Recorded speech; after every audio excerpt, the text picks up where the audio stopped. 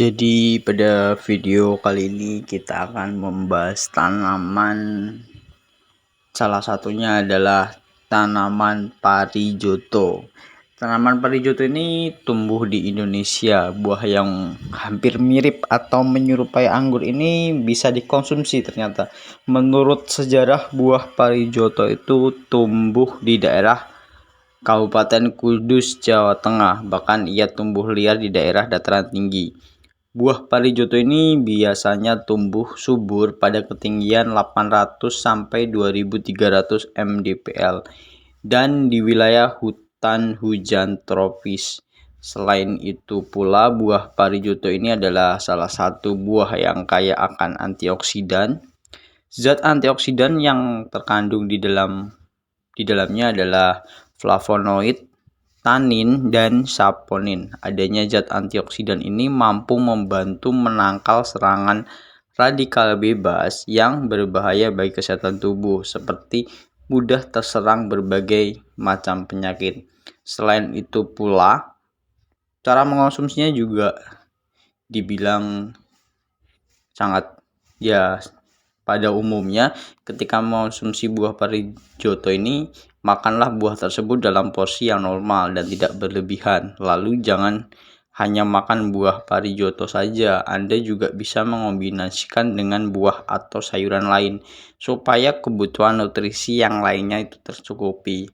Dan jika untuk rasanya memang sedikit asam, sepat, dan ada rasa manisnya sedikit, tanaman ini semak epifit dengan ketinggian 0,45 hingga 1,2 meter. Jadi tanaman ini tidak terlalu tinggi, jadi batang dan daunnya itu berbentuk hijau dan ujung daunnya itu berbentuk runcing dan tulang daun melengkung.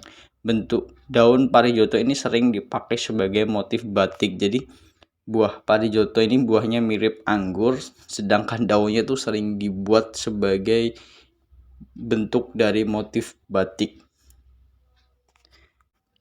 Selain itu pula, buah parijoto ini juga dilansir dapat meningkatkan kesuburan. Jadi bagi pasangan suami istri yang ingin promil, ini baik sekali dikonsumsi buah parijoto ini. Selain itu pula, di sini ada bunga hortensia atau kembang bokor.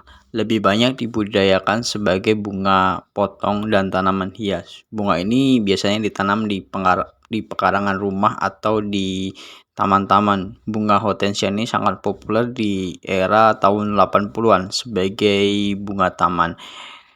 Dan setiap bagian tanaman ini mengandung amigdalin, artinya bunga ini berbeda dengan bunga yang tadi yang mirip anggur bisa dikonsumsi. Jika bunga ini tidak bisa dikonsumsi karena menelan daun atau bunga atau batang hibiscus ini dapat menyebabkan keracunan sianida. Jadi tidak untuk dikonsumsi karena berbahaya. Bunga ini juga memiliki akar yang dianggap mampu menawarkan sejumlah manfaat untuk kesehatan seperti mencegah kanker kantung kemih, menjaga organ hati, hingga menurunkan kadar gula darah tinggi. Tetapi mungkin tidak untuk dikonsumsi secara langsung, tapi ada proses pengolahannya sehingga manfaatnya bisa untuk digunakan dengan benar. Tetapi ketika kita tidak tahu bagaimana prosesnya, jadi jangan sekali-sekali untuk mencobanya.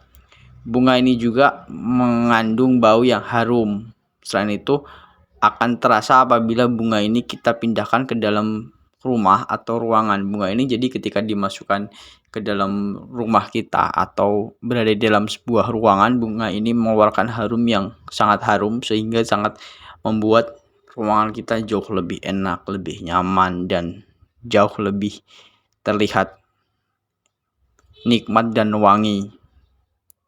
Tanaman ini juga dapat berubah warna karena dipengaruhi oleh tingkat pH tanah yang digunakannya. Jadi tergantung pH tanahnya, bunga ini bisa berubah warna antara berwarna putih atau berwarna agak kebiru-biruan atau agak sedikit pink atau beberapa warna lainnya. Karena bunga ini juga berbunga itu tergantung dari pH tanahnya juga mempengaruhi akan hasil dari bunga itu sendiri. Bunga ini juga sebagai bunga lili oren melambangkan kebencian, penghinaan, dan kesombongan. Dan sedangkan bunga lili kuning ini menggambarkan kebohongan, kepalsuan, dan keringanan. Sehingga itu hanyalah beberapa tanggapan untuk beberapa orang yang beranggapan bunga itu sebagai simbol saja. Tapi jika kita sebagai penikmat saja juga tidak jadi masalah untuk kita menanamnya di lingkungan kita.